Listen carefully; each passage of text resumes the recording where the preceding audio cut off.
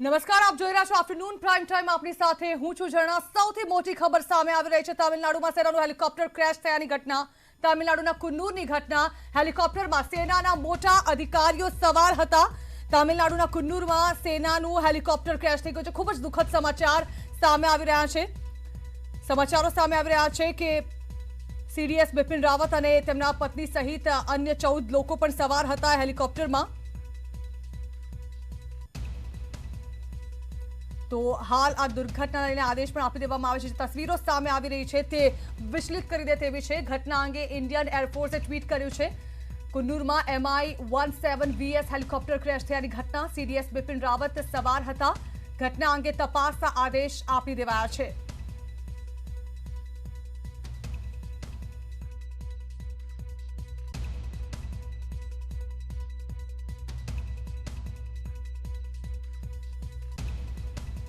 તો આ ઘટના અંગે જો કે હજી સુધી ડિટેલ માહિતી નથી આપવામાં આવી રહી. જો કે જે પ્રકારનું ટ્વીટ કરવામાં આવ્યું છે તેમાં આ દુર્ઘટનાગ્રસ્ત વિમાન થયું હોવાની જાણકારી આપવામાં આવ્યું છે. કુલ 14 અધિકારીઓ આ હેલિકોપ્ટરમાં સવાર હતા તેવી ઘટના સામે આવી રહી છે.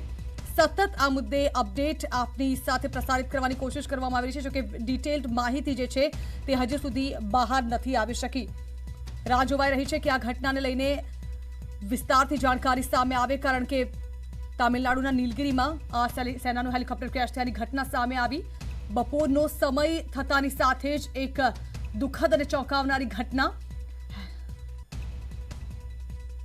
આ હેલિકોપ્ટરમાં સીડીએસ બિપિન રાવત, તેમનો પરિવાર અને સેનાના વરિષ્ઠ અધિકારીઓ સવાર હોવાની જાણકારી સામે આવી રહી છે. મળતી માહિતી મુજબ હેલિકોપ્ટરમાં સેનાના વરિષ્ઠ અધિકારીઓ સહિત 14 લોકો સવાર હતા. અત્યાર સુધીમાં 4 લોકોના મૃતદેહ મળી આવ્યા છે. અકસ્માત તામિલનાડુના નીલગિરી જિલ્લામાં થયો છે. 3 લોકો ગંભીર રીતે ઇજાગ્રસ્ત થયા હોવાનું સામે આવ્યું છે, જેમને હોસ્પિટલ વધુ સારવાર માટે ખસેડવામાં આવ્યા છે. ઇમરજન્સી ટીમ હાલ સ્થળ પર છે. આપ જોઈ રહ્યા છો રેસ્ક્યુ કરાયાના દ્રશ્યો સતત લગાતાર અમે આપની સ્ક્રીન પર બતાવી રહ્યા છીએ. જે હેલિકોપ્ટર ક્રેશ થયું છે તે દ્રશ્યો પણ વિચલિત કરનારા છે.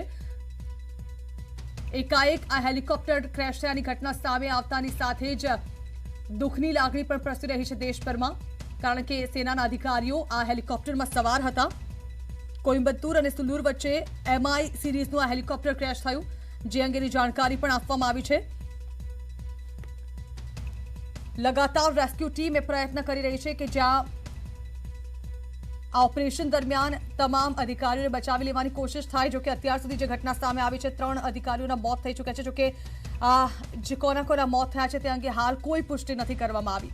सेना मोटा अधिकारियों सवार था तेवी जानकारी सामने आ रही है. जानकारी प्रधानमंत्री को भी दी जाएगी. अभी तक की जो जानकारी मिल रही है और जिस तरीके से, क्योंकि आर्मी एयरफोर्स सभी के जो आला अधिकारी हैं वहां से लगातार संपर्क में बने हुए हैं और जो जानकारी वहां से मिली है उसकी आधिकारिक जानकारी प्रधानमंत्री को इस बैठक में दी जाएगी. हालांकि ये जो कैबिनेट की बैठक अभी चल रही है संसद भवन परिसर में, ये पहले से शेड्यूल्ड बैठक थी आज के लिए और इसके लिए 1 बजे का समय भी तय था और उसी दौरान ये घटना जो है उसकी जानकारी सामने आई है.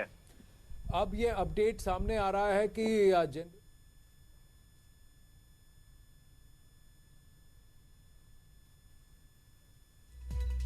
तो हेलिकॉप्टर क्रेश अंगे एक कैबिनेट बैठक बोलावવામાં આવી છે તેવી પણ જાણકારી સામે આવી રહી છે.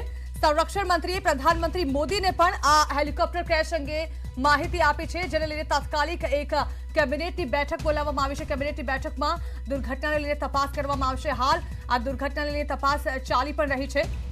અચાનક જ હેલિકોપ્ટર ક્રેશ થયું છે. શા કારણે કોઈ ટેકનિકલ ખામી સર્જાતા હેલિકોપ્ટર ક્રેશ થયાની ઘટના સામે આવી, કયા અધિકારીઓ તેમાં સવાર હતા, તે તમામ બાબતોને લઈને હાલ એક કેબિનેટની બેઠક કરવામાં આવી રહી છે. કારણ કે સૌથી મોટી ખબર એટલા માટે પણ છે કે માત્ર સેનાના અધિકારીઓ નહીં પરંતુ તેમાં સીડીએસ પણ સવાર હતા.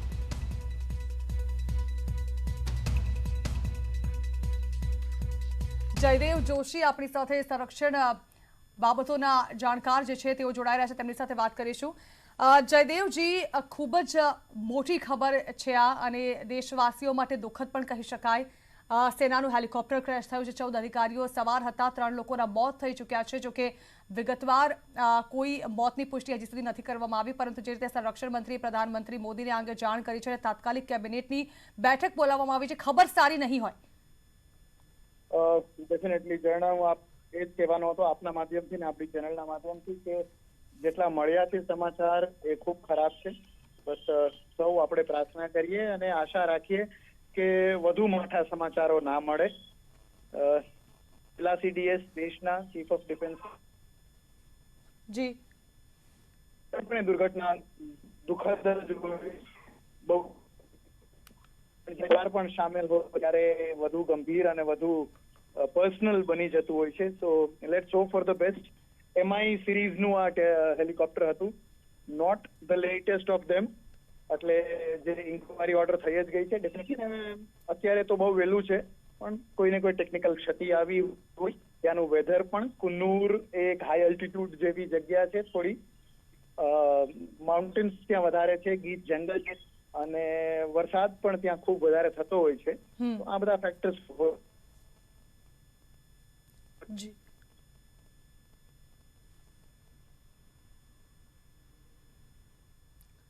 માફ કરશો, જયદેવજી સાથેનો સંપર્ક કપાઈ ગયો છે. ટેકનિકલ ખામીને કારણે તેમની સાથે વાતચીત વિસ્તારથી નથી થઈ શકી. પરંતુ જે પ્રકારે આ દુર્ઘટનાની ખબર સામે આવી છે, જે વિસ્તારમાં આ દુર્ઘટનાગ્રસ્ત થયું છે હેલિકોપ્ટર, તેને લઈને પણ જે માહિતી જયદેવજી પાસેથી થોડી ઘણી અંશે મળી તે પ્રમાણે જે વિસ્તારમાં દુર્ઘટનાગ્રસ્ત થયું છે જંગલ વિસ્તાર છે, વરસાદી માહોલ હતો, જેના કારણે અહીં હેલિકોપ્ટર હંકારવામાં પણ થોડી ઘણી સમસ્યા સર્જાઈ શકી હોઈ શકે છે. સાથે જ એમઆઈ સિરીઝનું આ હેલિકોપ્ટર હતું, કેટલું જૂનું હતું તે તમામ બાબતે તપાસ પણ કરવામાં આવશે. ઘટના અંગે પહેલેથી જ તપાસના આદેશ આપી દીધા હોવાનું ટ્વીટ થકી માહિતી આપવામાં આવી હતી. આ અંગે પ્રધાનમંત્રી મોદીને સંરક્ષણ મંત્રી દ્વારા જાણ પણ કરી દેવામાં આવી છે અને તાત્કાલિક કેબિનેટની બેઠક બોલાવી લેવામાં આવી છે.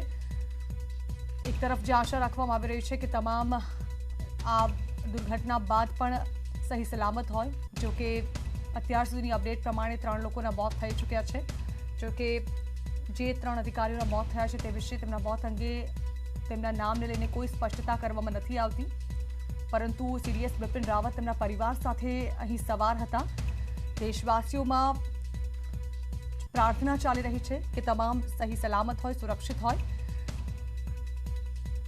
હાલ રેસ્ક્યુ ઓપરેશન જોરોશોરોથી ચલાવવામાં આવી રહ્યું છે. જે પ્રકારની તસવીરો સામે આવી રહી છે તે તસવીરો જ એ બાબતની માહિતી આપી રહી છે કે આ જે દુર્ઘટના હતી તે ખૂબ જ ગંભીર હશે. જે દુર્ઘટનાગ્રસ્ત હેલિકોપ્ટર છે તેની તસવીરો પરથી જ તે કરી શકાય તેમ છે કે આ દુર્ઘટનામાં રેસ્ક્યુ ઓપરેશન પણ કેટલું અઘરું થયું હશે. હાલ પણ તેમાંથી જ્વાળાઓ નીકળતી દેખી શકાય છે. હેલિકોપ્ટરની આ તસવીરો છે તાજી. એક તરફ જે આશા રાખવામાં આવી રહી છે કે તમામ લોકો સહી સલામત હોય, ત્યાં બીજી તરફ તમામને બચાવી લેવાની પણ લગાતાર કોશિશ કરવામાં આવી રહી છે. સીડીએસ બિપિન રાવત તેમાં સવાર હતા, પરિવારના 14 સભ્યો સહિત, તેવી પણ જાણકારી સામે આવી રહી છે. તેને પગલે હાલ ખાસ ધ્યાન રાખવામાં આવી રહ્યું છે. પરંતુ અત્યાર સુધીની જે અપડેટ સામે આવી છે તે આપણે ફરી એકવાર જણાવી દઈએ તો તમિલનાડુના નીલગિરીમાં આ સેનાનું હેલિકોપ્ટર ક્રેશ થયું. હેલિકોપ્ટરમાં સીડીએસ બિપિન રાવત, તેમનો પરિવાર અને સેનાના વરિષ્ઠ અધિકારીઓ સવાર હતા. હેલિકોપ્ટરમાં સેનાના વરિષ્ઠ અધિકારીઓ સહિત 14 લોકો સવાર હતા. એટલે કે કુલ 14 લોકો આ હેલિકોપ્ટરમાં સવાર હતા અને તે અચાનક જ દુર્ઘટનાગ્રસ્ત થઈ ગયું. અત્યાર સુધીમાં 4 લોકોના મૃતદેહ મળી આવ્યા છે. 3 લોકો ગંભીર રીતે ઘાયલ થયા છે, જેમને હોસ્પિટલ ખસેડવામાં આવ્યા છે. ઇમરજન્સી ટીમ પણ હાલ સ્થળ પર છે. કોઇમ્બતુર અને સુલુર વચ્ચે એમઆઈ સિરીઝનું આ હેલિકોપ્ટર ક્રેશ થયાની ઘટના રાહ જોવાઈ રહી છે કે જલ્દીથી જ આ વિશે કોઈ અપડેટેડ ખબર સામે આવે.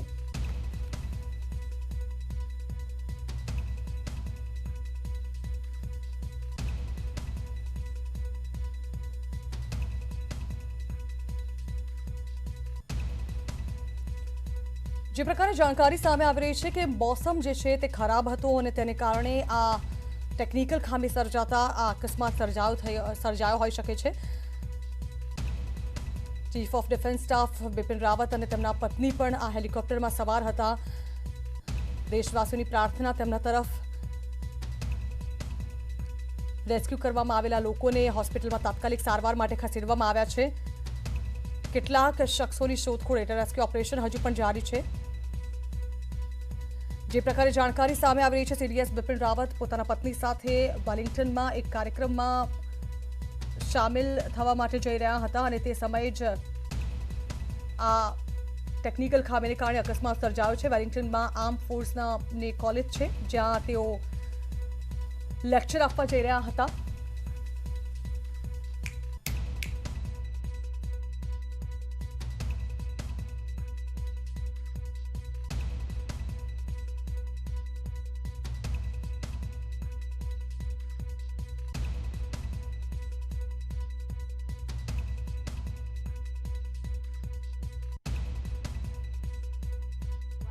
आधिकारिक तौर पर क्या कुछ अब तक सामने आया? देखिए, आधिकारिक तौर पर ये जानकारी तो साझा कर दी गई है उसकी तरफ से कि उनका Mi-17 हेलीकॉप्टर जो है वो कुल्लू में क्रैश हुआ है और उस हेलीकॉप्टर में सीनियर जनरल बिपिन रावत उनकी पत्नी भी मौजूद थी। लेकिन हमारे पास जो जानकारी उसके मुताबिक उस पूरे हेलीकॉप्टर में जो है तकरीबन 14 लोगों के आसपास जो है वो सवार थे, जिनमें की सीनियर जनरल बिपिन रावत, उनकी पत्नी और उनके साथ कुछ ऑफिसर्स, क्रू मेंबर्स और पायलट और को पायलट और फ्लाइट गनर, कुल मिलाकर तकरीबन 14 लोग थे। लेकिन अभी तक जो जानकारी ये है कि 3 लोग ऐसे हैं जिनको गंभीर हालत में जो है पास के अस्पताल में पहुंचाया गया है, लेकिन उनकी स्थिति क्या है नहीं पता लग रही है। और क्योंकि हेलीकॉप्टर क्रैश है तो बर्न इंजरी बहुत ज्यादा होती है। कुछ बॉडीज जो है वो रिकवर हुई हैं, 2 बॉडीज रिकवर हुई हैं और उनमें भी अभी उनकी शिनाख्त होनी बाकी है। हालांकि जो फाइट जो चार्ट होता है जिसमें कि कोई भी हेलीकॉप्टर में अगर सवार होता है तो उसके बारे में पूरी जानकारी उसको लिखना होता है। उस हेलीकॉप्टर में किसी भी सर्विस एयरक्राफ्ट में अगर कोई बोर्ड करता है, चाहे वो अधिकारी हो चाहे कोई हो, तो उनको जो है उसमें उसमें जो लिस्ट जो दिख रही है, हालांकि उसको उसकी पुष्टि करना थोड़ा मुश्किल है कि क्या ये वही लिस्ट है, लेकिन जिस तरीके से लिस्ट है उसमें तो साफ नजर आ रहा है कि 9 लोग जो है वो उस हेलीकॉप्टर में सवार थे, पायलट, को पायलट, फ्लाइट गनर और जो उनके जो एयरफोर्स के जो बाकी दूसरे कर्मचारी है उनके अलावा। तो यानी कि कुल मिला के 5 अगर हम लोग क्रू मेंबर्स देखें Mi-17 V5 के और बाकी 9 लोग, तो कुल मिला के जो है 14 लोग जो है वो इस हेलीकॉप्टर में हो सकते हैं। क्योंकि अभी तक जो है जानकारी नहीं साझा की गई है, एग्जैक्ट डिटेल्स नहीं दी जा रही है कि इस हेलीकॉप्टर्स में क्योंकि बॉडी जो कि सबको नजर आ रही है उससे तो साफ है कि 2 बॉडी जो रिकवर हुई है, बाकी 3 बहुत गंभीर रूप से घायल हैं। उनको जो है लेके जाया गया है नजदीक के अस्पताल में। लेकिन जिस तरीके की दृश्य, जिस तरीके की तस्वीरें नजर आ रही है, दिख रही है कैसे वो हेलीकॉप्टर जिस जगह गिरा वहां पे पेड़ तक जो है पूरी तरह से टूट गया, तो आप समझ सकते हैं कि किस बहुत ही भयावह जो है वो ये एक्सीडेंट है। और अब कोशिश यही की जा रही है कि राहत बचाव का कार्य ज्यादा से ज्यादा तेजी से चलाया जा सके, ताकि जो भी अगर कोई उस हेलीकॉप्टर साइट, क्रैश साइट में अगर कोई फंसा हो उनको तुरंत निकाला जाए। ग्राउंड में जो है वो सेना की तरफ से और एयरफोर्स की तरफ से, लोकल जो एडमिनिस्ट्रेशन है उनकी तरफ से जो है लोग जो रेस्क्यू पार्टीज हैं वो वहाँ पहुंच गई हैं और वहाँ पे जल्द से जल्द रेस्क्यू करने की कोशिश की जा रही है। और क्योंकि हेलीकॉप्टर एक उन्नत हेलीकॉप्टर में से एक है, भारतीय सेना के पास, वायुसेना के पास ये हेलीकॉप्टर है। और Mi-17 V5 जो है अगर क्रैश होता है तो जाहिर सी बात है कि उसके पीछे कोई तकनीकी वजह ही होगी, क्योंकि कभी भी इस तरीके की वीवीआईपी जो फ्लाइट होती है उसको जो है पूरी तरह से हर फ्लाइट को वैसे चेक करके जो है फ्लाई कराया जाता है, लेकिन वीवीआईपी फ्लाइट्स होती है उनको बहुत ज्यादा ही और ज्यादा ध्यान जो है वो रखा जाता है। और अब चूंकि एयरक्राफ्ट क्रैश हुआ है और सीडीएस खुद उसमें मौजूद थे, तो अब जब तक आधिकारिक तौर पर ये जानकारी नहीं आती है कि आखिर उस हेलीकॉप्टर में बैठे जो लोग हैं उनकी स्थिति क्या है, तब तक कहना बहुत ही ज्यादा जल्दबाजी होगा कि उस हेलीकॉप्टर क्रैश में कितने लोग हताहत हुए हैं या कितने जो है इंजरी हुई है। हालांकि 2 बॉडीज जो है वो नजर आ रही हैं, तो वो उसके बारे में तो कहा जा सकता है कि 2 की बॉडीज तो नजर आ रही हैं, लेकिन बाकी लोग जो है उनकी क्या स्थिति है, जब तक रेस्क्यू ऑपरेशन पूरा नहीं होगा तब तक जो है जानकारी सीधे तौर पर साझा नहीं की जाएंगी। बताया जा रहा है कि जानकारी के बारे, इस घटना के बारे में रक्षा मंत्री ने भी जो है प्रधानमंत्री को इसके बारे में जानकारी दी है। और जिस तरीके से हमारे सहयोगी थोड़ी देर पहले कह रहे थे कि हो सकता है कि एक कैबिनेट की बैठक भी जो है उसमें हो, तो अभी फिलहाल बहुत ही जल्दबाजी होगा किसी भी निष्कर्ष पर पहुंचने के लिए कि आखिर इस क्रैश के वक्त किस तरह की स्थिति थी। लेकिन अभी जांच चल रही है। ये भी नजर देखा जा रहा है कि जो लास्ट टाइम जिस वक्त हेलीकॉप्टर क्रैश होने की कगार पे था या उस वक्त पायलट जो है वो एटीसी से किस तरीके की बात कर रहा था, कौन से किस तरीके की खामियों की जो है बात उसने कही होंगी। और अगर इस तरीके से खामियों की बात अगर कही होगी तो जाहिर सी बात है कि अब कोर्ट ऑफ इंक्वायरी ऑर्डर किया गया है, ये सारी चीजें ली जाएंगी, जानकारी ली जाएंगी आखिर ऑपरेशन एक्सीडेंट हुआ कैसे। लेकिन अभी जब तक आधिकारिक तौर पर जानकारी नहीं दी जाती है कि इसमें कितने लोग हताहत हुए हैं, जनरल जनरल बिपिन रावत की क्या स्थिति है, उनकी पत्नी की क्या स्थिति है, उसके बारे में फिलहाल किसी तरीके को कमेंट करना वो फिलहाल सही नहीं होगा। बिल्कुल संदीप, और इसलिए हम भी एक जिम्मेदारी के साथ में ये पूरी खबर अपने दर्शकों तक पहुंचा रहे हैं। संदीप, ये भी जानना चाहेंगे, देखिए कोर्ट ऑफ इंक्वायरी से तो ये मालूम चल जाएगा कि किस तरह से ये पूरा हादसा यहाँ पर हुआ, लेकिन अभी निगाहें टिकी हुई हैं सीडीएस बिपिन रावत पर, उनके परिवार पर, जो स्टाफ वहां पर मौजूद था। हालांकि अभी आधिकारिक तौर पर कुछ सामने नहीं आया है, फिर भी क्या कुछ यहाँ पर जो तस्वीरें इस वक्त सामने मौजूद हैं वो वाकई विचलित करती हैं?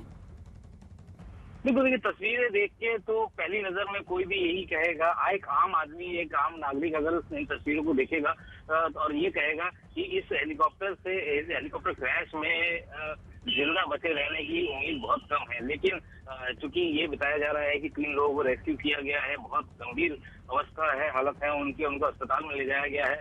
और क्योंकि बहुत जगह जो है इस तरीके के ऑप्शन हो जाते हैं कि क्रैश में जो है काफी सारे लोग जो है वो सुरक्षित भी बच निकलते हैं, तो ऐसे में अब देखना होगा कि यहाँ पे किस तरीके की स्थिति। लेकिन तस्वीरें जो है वो बहुत अच्छा मैसेज नहीं दे रही हैं।